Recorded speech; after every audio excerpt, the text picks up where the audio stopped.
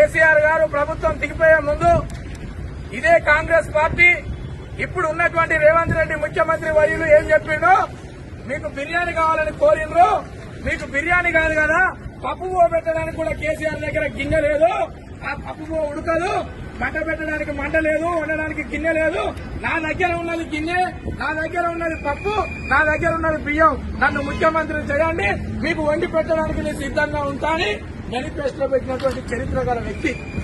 ఆ మేనిఫెస్టో పెట్టినాక ఏమైంది? నేను ఇయాలనే సంసారం చేసినా, ఇయాలనే గద్దెనెక్కినా, నేను చదువుకోవడానికి కొంత టైం కావాలన్నాడు. చదువుకోవడానికి 3 సంవత్సరాలు సమయం ఇచ్చింది ఇవాళ మెజార్టీ చేసి మనమంతా కలిసి సమయం ఇచ్చినాం. ఎమ్మెల్యేలను గెలిపించినాం, ఎంపీలను గెలిపించినాం.